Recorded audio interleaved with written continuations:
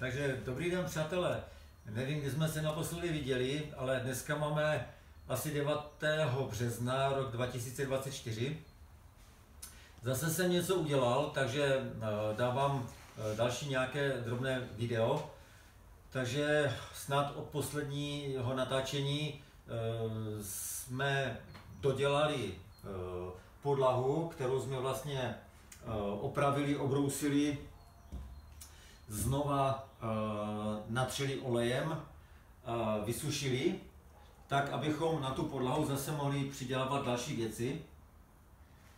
Tak to máme hotové. Potom jsme dokončili olemování kolem oken a horní lišty.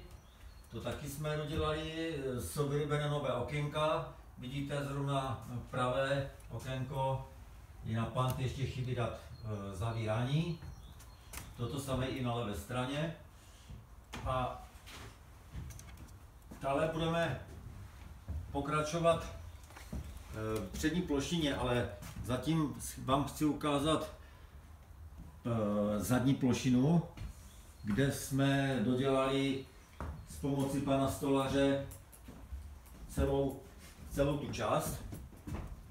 Takže jsou zadělané sloupky, které byly poškozené, poničené, horní deska, potom obložení kolem kontroléru a pultu řídícího. Vidíte, že ty peřejky jsou opravené, nově přelakované.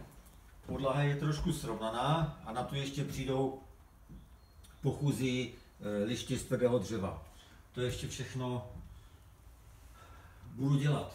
Jo, takže tady vidíte tu podlahu, je opravený i tady ten roh, přes který se bude chodit, a dále jsme pomocí mé ženy udělali tady tyto držáky, ve kterých budou právě ty tabule, kde budou informace o tramvaji a o dopravě a o různých vozech a prostě o historii tramvajové trati Hrabová Štiče Lučín.